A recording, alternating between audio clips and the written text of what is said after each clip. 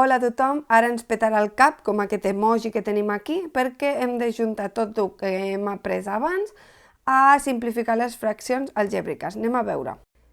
Primer us vull donar una mena de pautes, és a dir, primer heu de pensar quin grau tinc, és a dir, si en tercer grau he de fer Ruffini, una mica l'esquema del vídeo de factorització.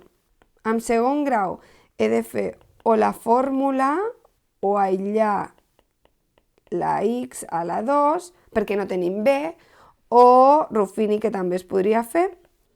I en primer grau, factor comú de nombres. I sempre hem de mirar, això és important, que tinguem, tenir terme independent. És superimportant això. Llavors, tenint en compte això, seguim passos. El primer pas és preguntar-se, tinc terme independent? Tinc terme independent? I és o sí o no. Llavors, si és que no, he de fer factor comú. Factor comú, que ara ho veurem. I llavors, quan faig factor comú o responc a la pregunta tinc terme independent que sí, haig de fer-me la segona pregunta. Quin grau? Quin grau té el polinomi, l'equació? Llavors, depenent dels graus, ja anem aquí. Si és tercer grau, faig Ruffini. Si és segon, tot això. Si és primer, tot això. Llavors, tenint aquest esquema clar, anem a començar a fer la simplificació de les fraccions. Aquí, primer de tot, la pregunta és, tinc terme independent? No, per tant, factor comú. Quin és el factor comú? Aquest és el que té menys x, per tant, treurem una x d'aquí i una x d'aquí. Recordeu que sempre tot el que faig aquí ho he de fer a l'altre. Llavors, treurem factor comú, una x. Si trec una x d'aquí, tinc 2. Si trec una, quan queda? Una. I si trec una x d'aquí, aquesta desapareix i em queda el menys 2. I ara ja ho tindria. Per què? Perquè tinc primer grau i factor comú no fa falta perquè no es pot fer. Ara aquí, la primera pregunta, tinc terme independent? No. Aquest, i li sobra aquesta x. Per tant, robo una x d'aquí i una altra d'aquí. Faig el mateix procediment. Trec una, em queda una, i si trec una d'aquí, em queda el menys 3. Ja ho he factoritzat tot a lo màxim. I ara què em queda fer? Simplificar. He de mirar el que està igual a dalt i a baix. Sobretot, no val aquest menys. Ha de ser per trossos, per factors. Per això es diu factoritzar. Aquest tros és igual a aquest. Per tant, aquests dos ho tatxarem i ens quedarem amb aquesta solució perquè aquests dos no són iguals i no els podem tatxar. Anem a veure un altre exemple. Tenint en compte les preguntes d'abans, primer ens preguntarem tinc terme independent? No.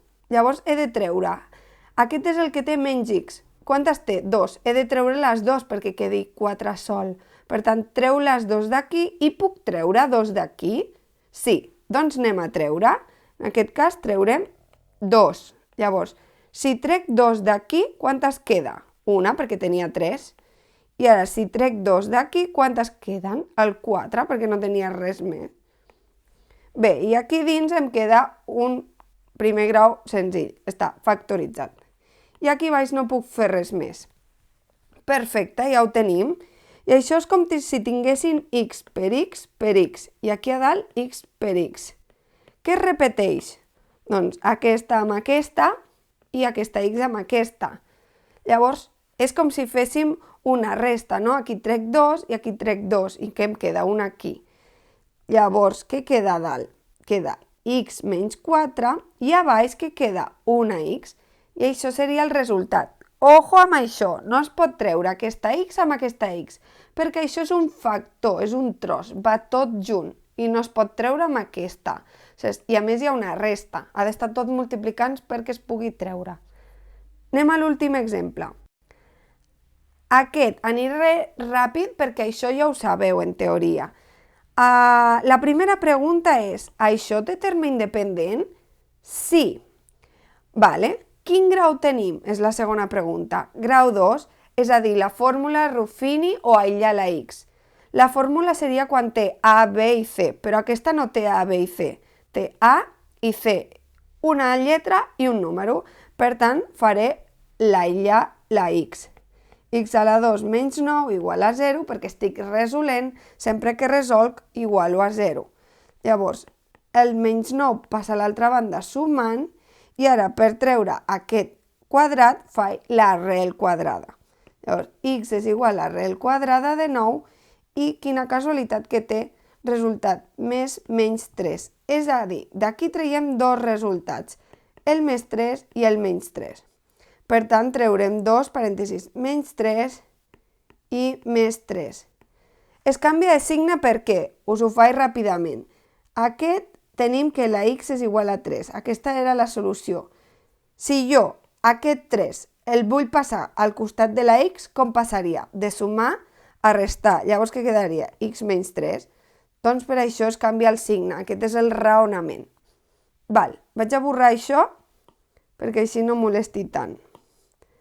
Ara tenim la primera, és a dir, aquesta d'aquí dalt tenim els dos factors.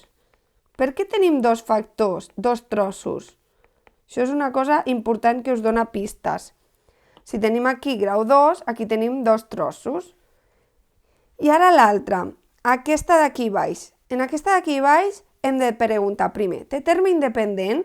Sí, el 9. Segona pregunta, quin grau té? Segon, he de fer fórmula A, B i C.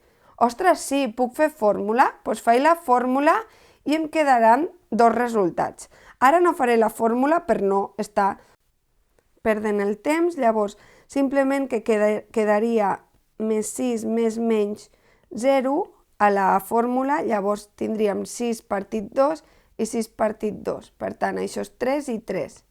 Per tant, els parèntesis d'aquí serien x menys 3, x menys 3, i ho posaríem aquí dalt. X menys 3, x menys 3.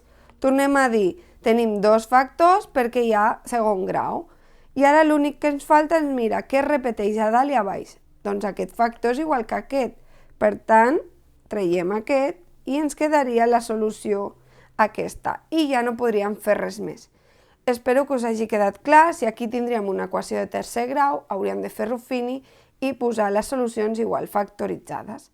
Ens veiem a classe. Si teniu qualsevol dubte, ja sabeu.